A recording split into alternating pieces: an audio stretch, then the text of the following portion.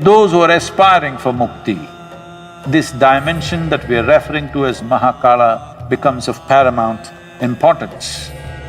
The Mahakala temple, it will shake you from the root of your existence.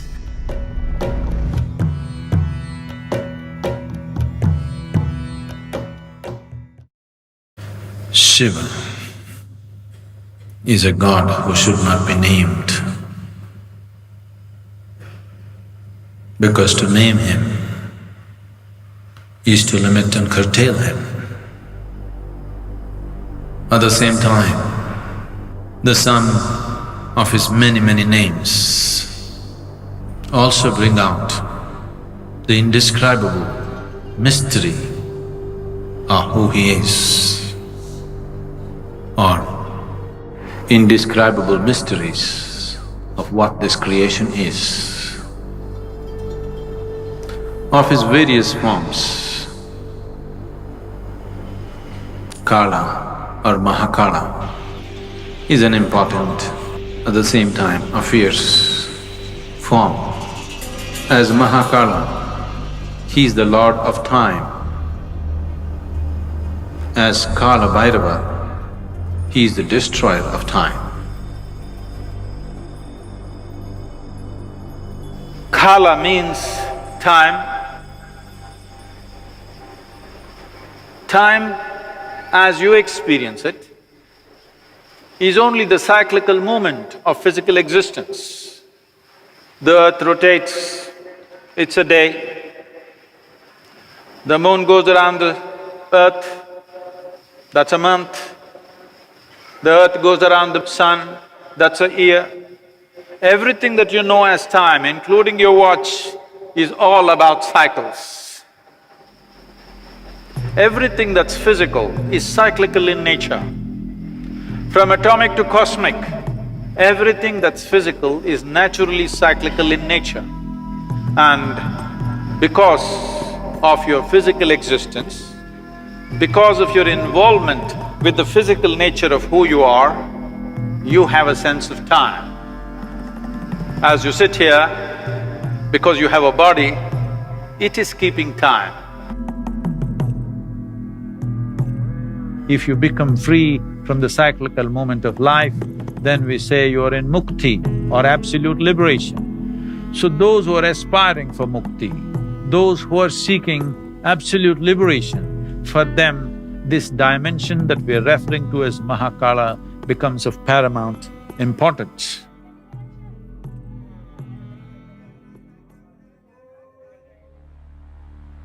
It once happened, the great sage Shukracharya, who was the guru for all the demons, did a tremendous span of austerities in worship of Shiva, and Shiva had to appear. When he appeared, Shukracharya asked for immortality. Then Shiva said, that is not possible. All that is born has to die. Ask for something else. Then Shukracharya said, give me the power of rejuvenation, that any kind of wound, any kind of disease I can rejuvenate, give me that power. Shiva, being the ultimate healer, the master of all herbs and medicines, gave Shukracharya the Sanjeevani mantra, the mantra for rejuvenating people from any kind of disease or any kind of wound or injury. Once Shukracharya had this Sanjeevani mantra, the demons became excessively bold and they waged battle after battle. All the demons who fall down in the battle with any kind of grievous wound, Shukracharya just revives them with the Sanjeevani mantra.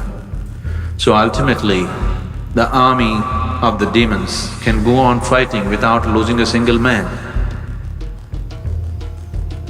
The gods got very alarmed and they felt this is a very unfair battle because how much ever you fight, they don't die, but we die.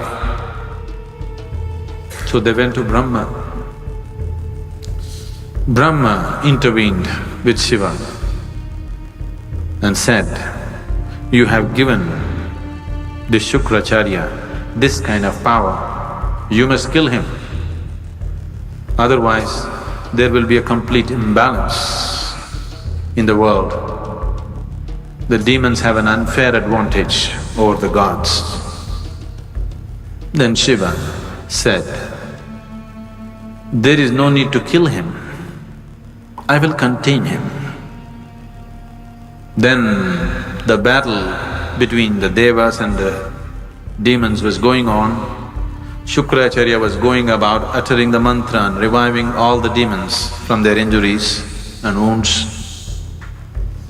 Then across the horizon, a terrible creature, an ogress, whose name was Kritika, came in a hideous form. She was one of the Shiva Ganas. She came and sucked Shukracharya into her womb. And there he remained as a fetus.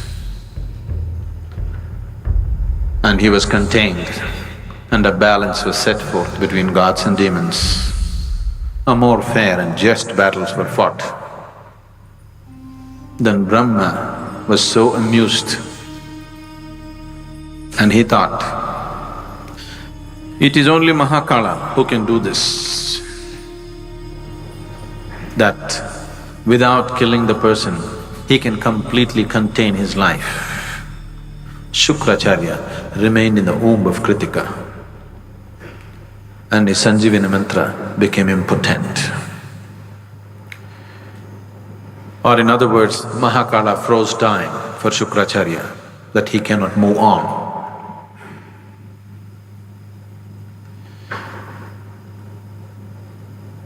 When we talk about transcendence, when we talk about spirituality, yoga, we are seeing how to go beyond the limitations of time and space. Because time and space belongs to the physical plane of the existence. Once you aspire to be spiritual, what it means is you're aspiring to be something more than the physical. Once you're something more than the physical, that means you're aspiring to be beyond the limitations of time and space.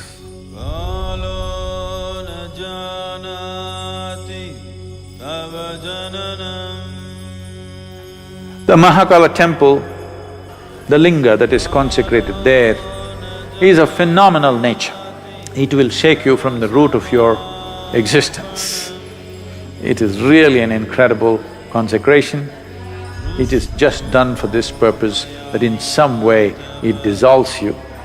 One must be ready to go into this temple properly because it's of a tremendous power and it is not for the faint-hearted. It shakes you from inside. Every day, the offering that needs to happen to Mahakala is fresh ashes from the cremation grounds, because that's what he likes and that is what keeps it going the way it's going. Unfortunately, I heard that we're getting so bloody civilized. Now it seems because some activists protested, they are not using the ashes from the cremation ground, they're just using cow dung or bullshit. Unfortunately, this is not just a cultural thing, there is a science to it. If we bring ashes from the cremation ground and some other ash, I can show you what is the difference between the two. Experientially, it's a phenomenal difference. And it's very, very important that this process is continued because that is the nature of Mahakala. The very presence of what this Mahakala Rupa is, when you go there, everything is gone, everything is burnt into ashes. That means you become free from the physical. It propels you towards your ultimate liberation. You want to do that gently, we have everything here.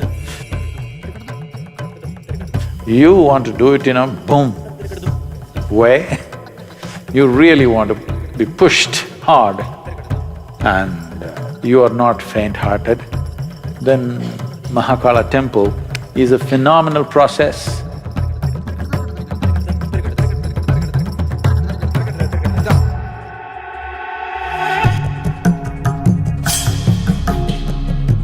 Your body should sleep, your mind should sleep, everything should sleep, but you must be awake. Every day, you have free enlightenment when you go to sleep. But the problem is you're unconscious. You master your mortality if you just manage to stay awake when you slip into sleep.